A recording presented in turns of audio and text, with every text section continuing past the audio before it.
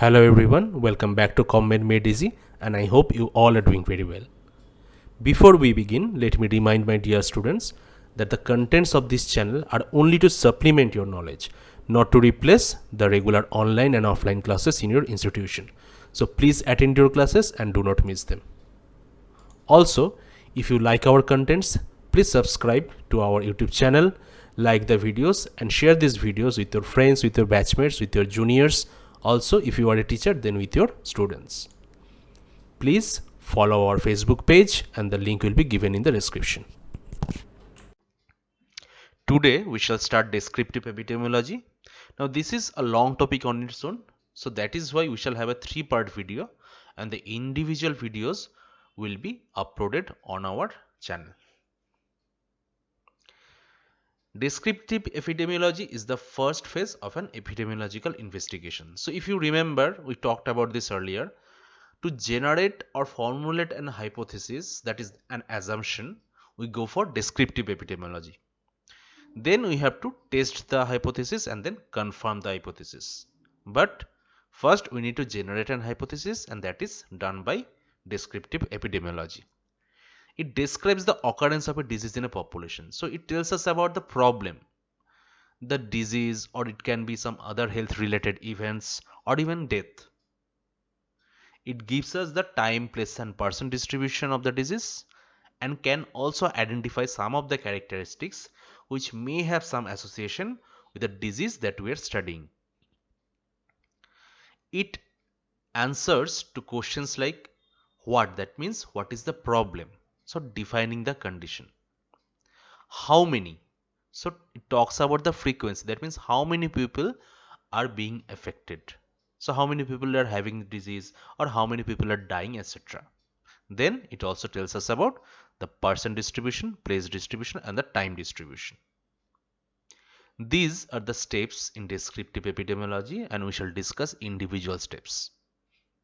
The first step is defining the population. So of course we have to define the population on whom we are going to conduct our study. So population base is defined not only in terms of total number. Of course we need to know how many people we are going to include in our study, but that's not enough. We should also know about the composition of the population, as in terms of the age distribution. So how many people belong to which age group, maybe under 5 to 10 years, 10 to say 18 years, 19 years onwards, that means the adult population, then elderly population, etc. Also the gender distribution, how many males and how many females are there, religion, occupation, because some of the occupations are specifically associated with some of the diseases, cultural characteristics, and other informations which can have some relevance to uh, the disease that we are studying. The defined population can be the whole population in a geographic area, or more often a representative sample taken from it. Let me give you an example. Suppose I want to know the prevalence of hypertension among the adults in a district of a state. So I have decided I want to know how many people, adult people, are hypertensive in a state.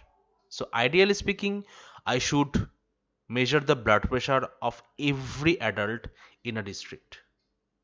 Practically speaking, that is not feasible. It is not possible for me to meet individual adult in any district and measure their blood pressure.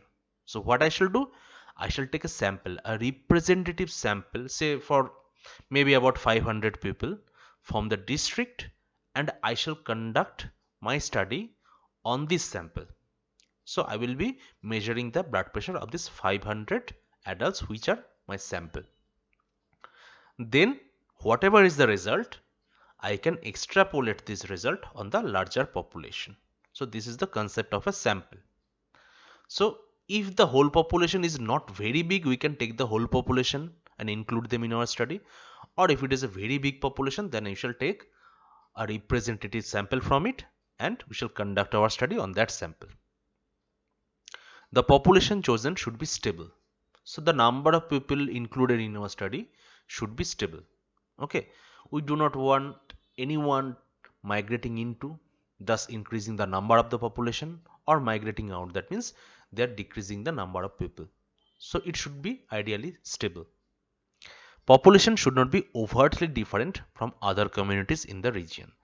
So that means the characteristics of the sample should be almost similar to the larger population from which we have taken the sample. Just for example, if the male female ratio in the large population, say in my example, in that district is about say 60:40, then when I draw a sample from it, even in that sample the male is to female ratio should be 60:40. So by that I am assuring that the gender structure or gender distribution in the population as well as in the sample remains the same. The concept of defined population is crucial as it provides the denominator for calculating rates. So if you remember, in denominator while calculating rate we have either median population or people at risk, etc. So all these things we can know only when we have a defined population. Out of these people I am trying to find out the number of people who are having the disease, so number of cases or maybe number of deaths, whatever. So to calculate a rate I need a defined denominator, which is basically the defined population that I shall be using for my study. The next one is defining the disease under study. So we have to define the disease that we are studying. In epidemiological study, you go for operational definition. What is an operational definition? It is a definition by which the disease or the condition can be identified and measured in a defined population with a degree of accuracy. Okay, so it helps the observer to identify those who have the disease from those who do not have the disease. So that means we are defining a condition in such a way that it helps the observer or the researcher to understand who is having the disease and who is not having the disease. Once established, the operational definition must be adhered to throughout the study. So if I have maybe defined a disease according to the operational definition, I should follow that definition throughout my study, so that by the end of the study, if the definition changes, so the diagnostic criteria may also change.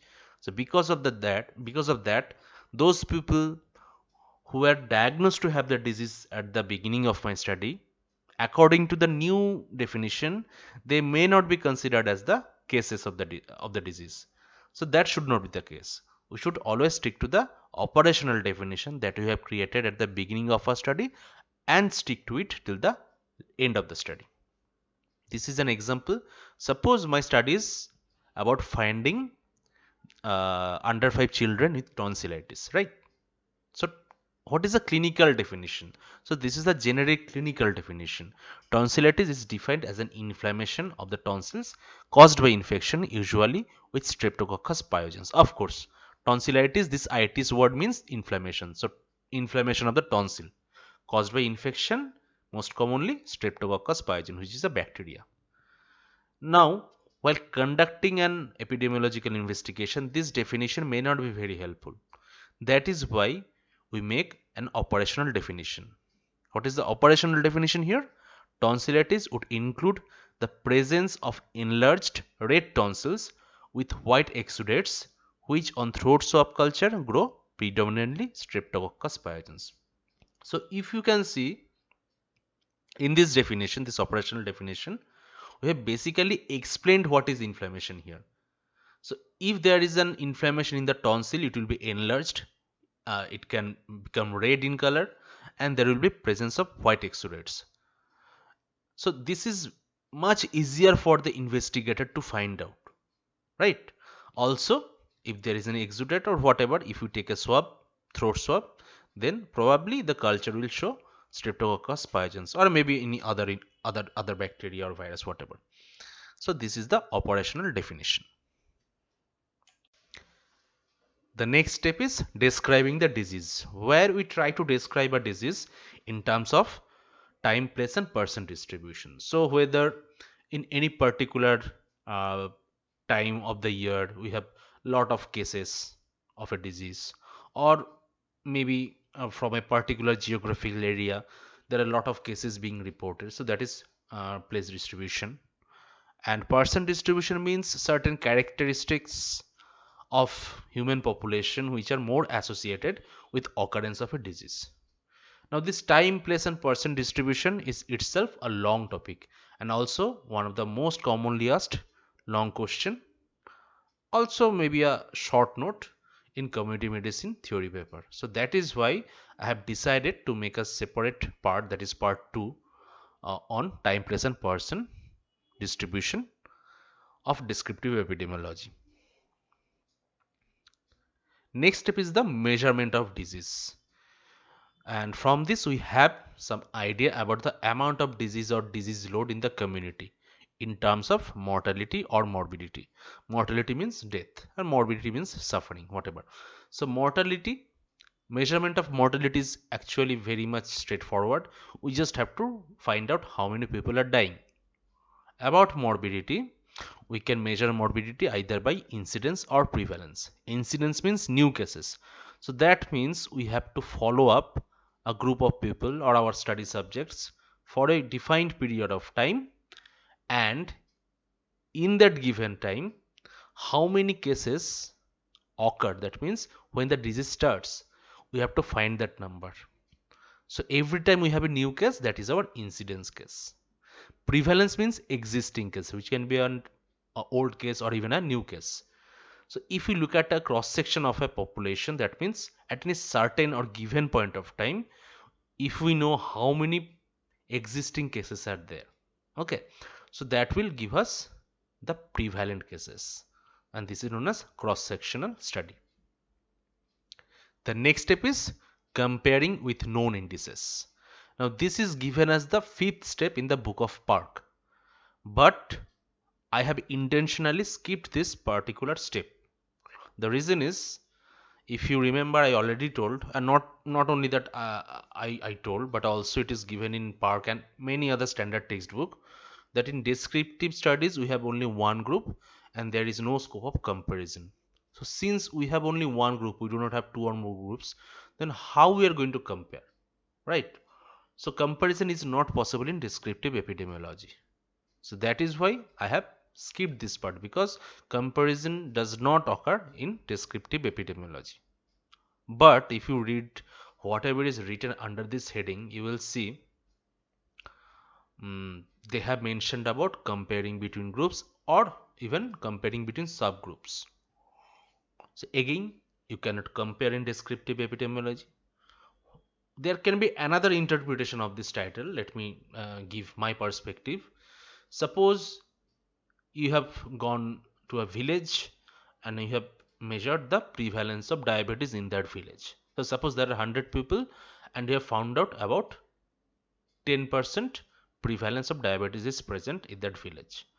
Now from other articles or different textbooks, whatever, we know that the prevalence of diabetes in India is about 8% or something like that, maybe 7% or 8%.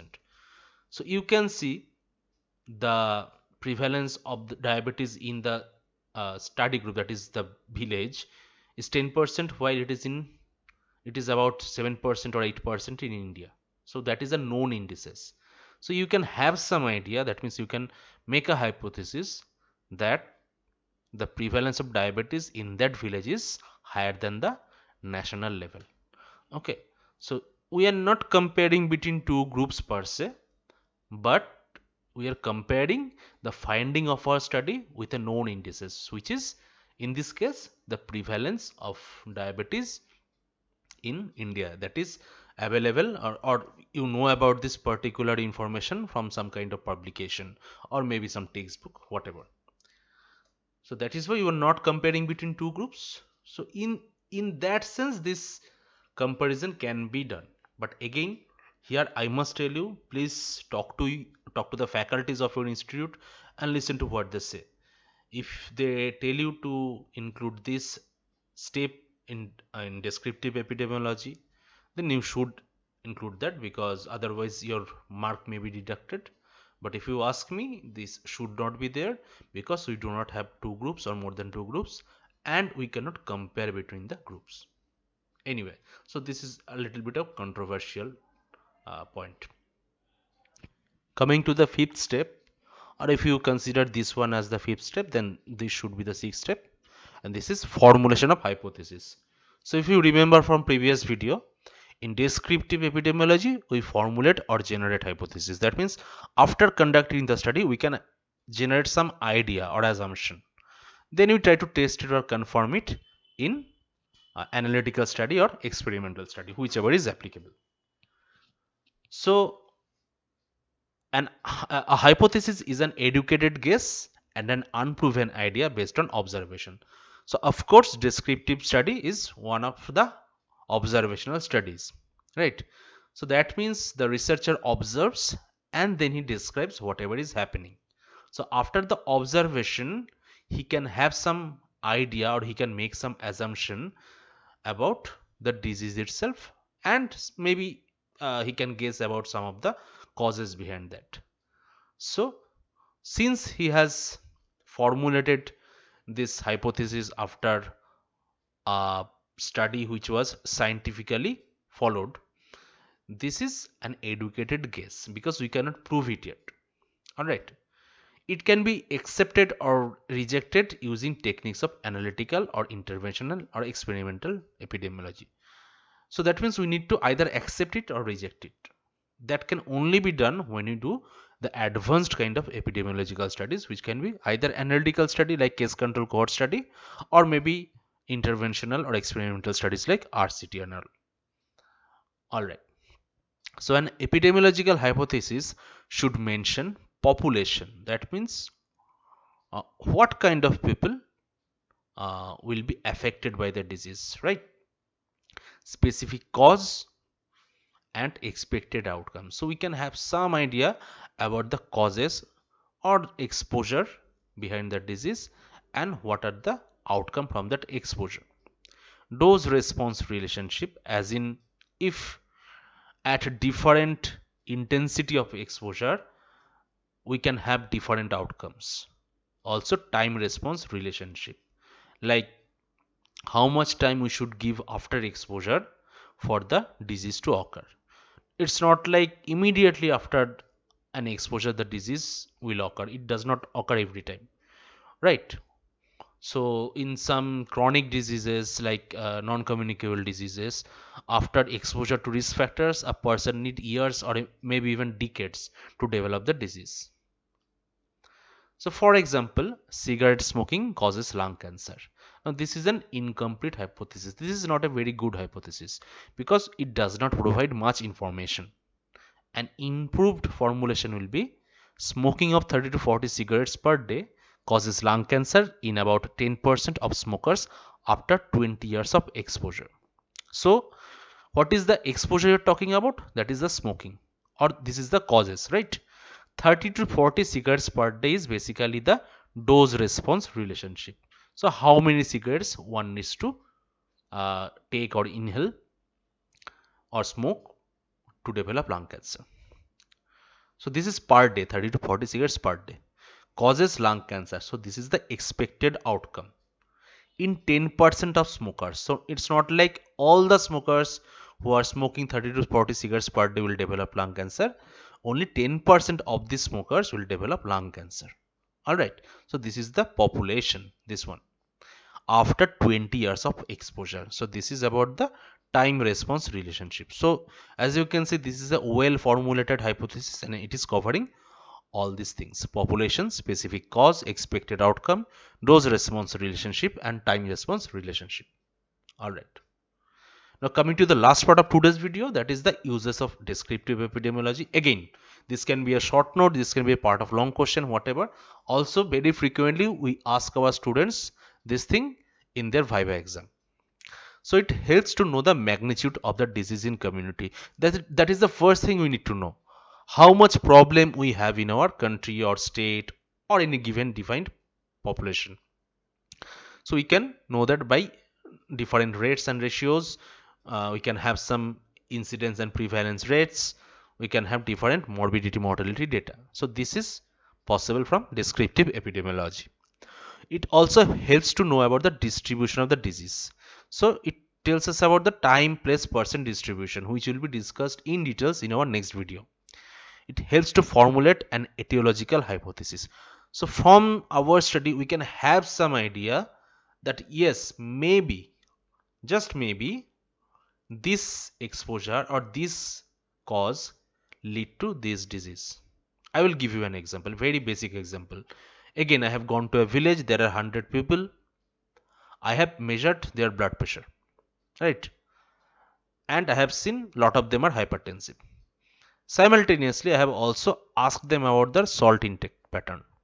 I see there are a lot of people who takes more salts than it is recommended for them. So what do I see? I see excess of salt intake as well as hypertension. This study does not tell me directly that excess salt intake causes hypertension, right? But from this study, I can have some idea, since in this village the people take a lot of salt, many people, and also there are a lot of people who are hypertensive. So maybe there is some association between excess salt intake and hypertension. So that means I am having an assumption, creating an assumption. So this is basically formulation or generation of hypothesis. Helps to plan, organize and implement curative and preventive services. So after a descriptive study, if you find out there are particularly a kind of disease which is very much common in a given population, so you can have some idea that this disease may occur in future as well. So now you can be prepared for that. Also, if the disease occur, you should be able to cure the disease or control the situation. So this curative and preventive services can be possible, and you can plan and organize and implement them accordingly when you conduct descriptive epidemiology and have some idea about the disease. And helps in doing research, of course, because after descriptive epidemiology we generate hypothesis, and it basically motivates us or drive us forward to conduct further advanced epidemiological studies, either to accept or reject the hypothesis that we have just formulated. So this is all about part 1, where we have discussed the steps of individual steps of descriptive epidemiology and also the uses. In part 2 of our video, we shall talk about the time, place, person distribution in descriptive epidemiology. So that's all for today. Please subscribe to our channel and like this video, and share this video with your friends, with your batchmates, and maybe with your friends from other colleges. That will help me a lot. And please follow us on our Facebook page. The link is given in the description. Take care, and we shall see you in the next video.